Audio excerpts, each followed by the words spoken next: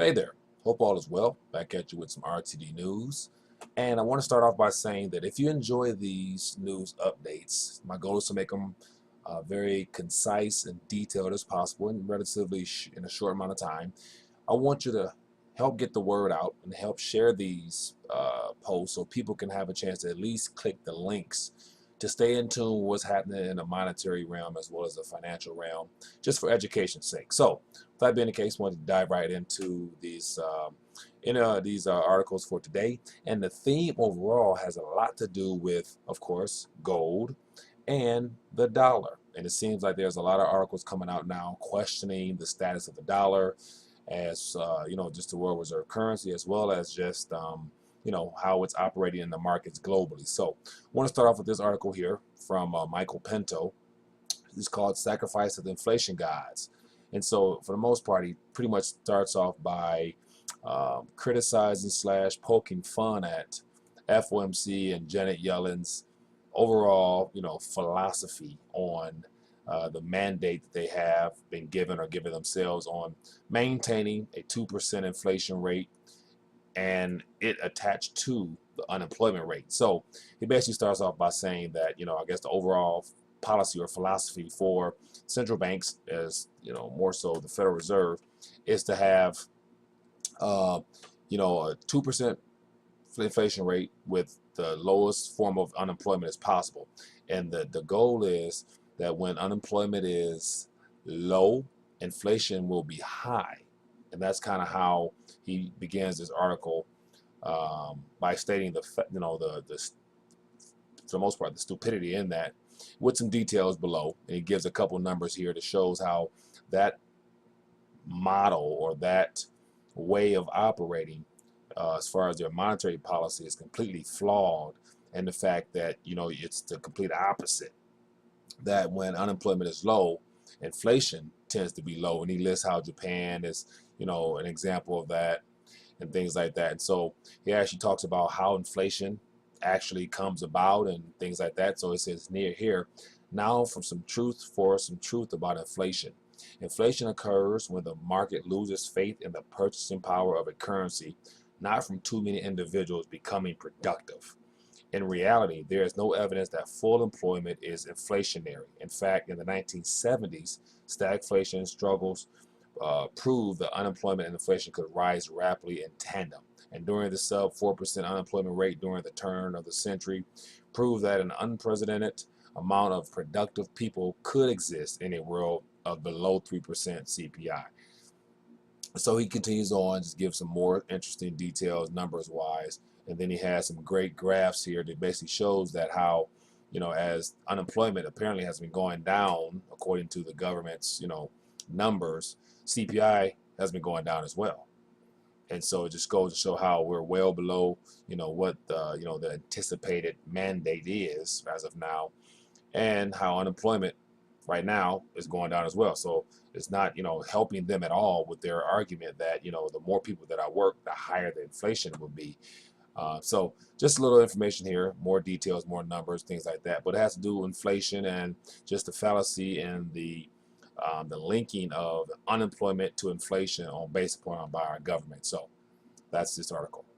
Here's an article from the Daily Reckoning in Australia, and it's by a guy, Vern Gowdy, and it's after the next crisis comes a permanent helicopter money. And this article here is quite a lengthy article, but it's very interesting and it seems to be very timely as to the buildup of events that he lists here.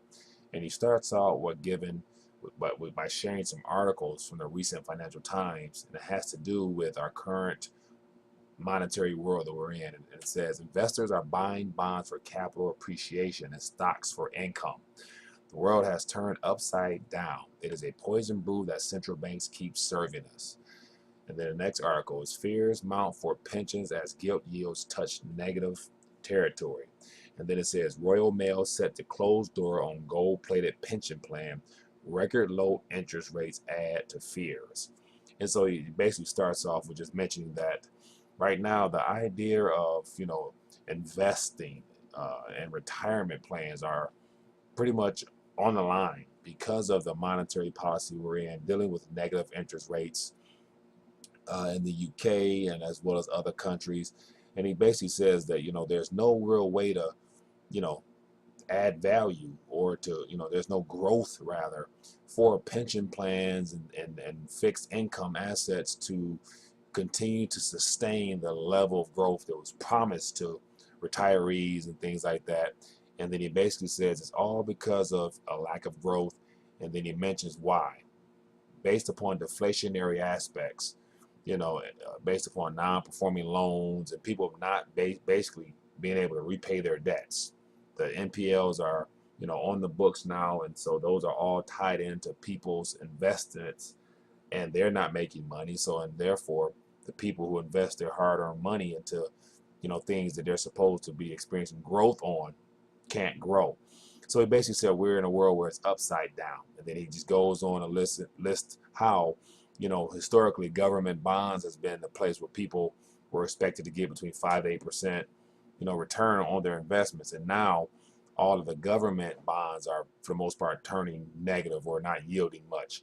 And so he just lists a couple things here about how the mainstream news is now starting to get wind of the idea that retirement uh, plans and things like that, pension funds are now at great risk. And he goes on to say how basically, it's no real return to normal for these type of investment instruments. And that, the central banks itself have really put themselves in a corner where they don't, they're not going to be able to respond in a favorable way other than to try to, stimulate their way out of this. So that's why the idea of, helicopter money, he believes, is going to be something that's going to be considered a permanent policy that's implemented, just because all those baby boomers around the world, for the most part, that have invested in retirement won't be able to get their money. So a great article here, definitely something worth checking out. To the next one. Here's another article by John Rubino from Gold Seek, and it has to do also with the whole monetary, madness that we're living in, and it's entitled "Why Interest Rates Can't Go Much Lower in 5 Charts." So basically, he just shares here how since Japan and Europe have gone negative, the idea of going negative was to spark growth. So he shows some charts here, basically saying that even though they're in negative territory, there's not much growth whatsoever. So the GDP 0.5%. And we got the inflationary rate is negative, and in Europe GDP is was it point three or something like that, and inflation rate is basically near zero. So in both cases, both measurements have gone negative, but ain't been no real growth, so it's not working. And so one thing he points out here is how this negative territory really hurts and affects the banks. And so the banks themselves are the ones that are starting to suffer, and for in this form as profit rather, from these monetary policies. And so he points at the fact that he got negative rates seen reducing Japan's big bank profits by 2.96 billion. Deutsche Bank profitability at risk from macro concerns. And it just talks about negative interest rates, how that just basically is eating away at the profits. And he give a lot of numbers here showing that Deutsche Bank pretty much made 22.6 million in revenue, down from 406.7 million. That's a 66.8% drop right there, just based upon their problems they're having. So all these charts all point downwards, not good news at all. And so here he basically says that since they're already on life support, and lots of cases talk about the banks, even in their current diminished state, they remain immensely powerfully politically, and it's highly unlikely that we'll see negative 3% yields on government bonds in the cycle. But if not, banks are shrinking around the world, as are pension funds and insurance companies and everyone else who depends on positive fixed income return. So just more of the same, no growth, no return, no money to be made. Next one. Here's an article from the Daily Reckoning by Mr. James Rickards, and it's entitled "The Day the Dollar Died, Part 1." And so once again, it's another lengthy historical piece written by him that's kind of a build-up for what he has coming as far as Part 2. But basically, in summary, he talks about how it was just a single day that, once you look back on that day, it was a turning point. in history. And so he talks about how in 1914, just as an example of this September 4th date that he's mentioned, could be a day where the dollar itself, when you look, 5, 10 years from now, would be the day that would, be known for as the day the dollar died. But he talks about 1914, how the British sterling was the primary reserve currency up until World War One, where from that point on, at that particular time frame, was the day that the dollar then became um, the world reserve currency in the next, 30 years or so after Bretton Woods and so forth. But he said actually was the triggering day was in June of 1914, as he says here. And so it's one of those days where, historians are able to look back now and say that, in June of 1914 was the day that the dollar, was basically being prepared to be put on the stage for reserve status. So he goes on to say, from a lot of historical stuff here that, September 4th, according to, what he's getting into, could be that same catalyst or day that the world will look back on and say was the day that the dollar died, or that SDR, as he puts it, will be placed in the position of the next form of world reserve status currency. So anyway, so I'll see what the next parts have to deal with. But other than that, this is what this article is about here. Definitely worth reading about from a historical standpoint if it's something that interests you. So on to the next one. Here's another article here from the Daily News out of Egypt, and it has to do with banks continue to curtail U.S. dollar use overseas. And so this article here has to do with the idea that, in Egypt and in that region there, there's a, for most part, a little bit of a crisis there as far as, the amount of dollars in reserve in their in their central bank there. And so what they're basically done is to kind of cut back on their own citizens traveling abroad and swiping their debit and credit cards. A lot of banks, local commercial banks there, have been putting a squeeze on its people as far as either limiting how much they can withdraw. And it says here, banks now also give out less hard cash to clients going overseas. The average limit is set at $250 and can be retrieved once a year. So basically, if you're doing business or just traveling with your family and you're from Egypt and you come to America or whatever, and you're looking to, withdraw or swipe your card for dollar purchases, there's a limit on what you can spend. Why? Because the bank is trying to hold on to as many dollars as they can, while, as they say, during their current crisis they're experiencing. So this article here basically gives the details of a lot of banks throughout the area that's put restrictions on how much you can get. It says here the bank also sets a purchase limit equivalent to 10,000 Egyptian, wherever the dollar, whatever their amount is there, and 25,000 per month.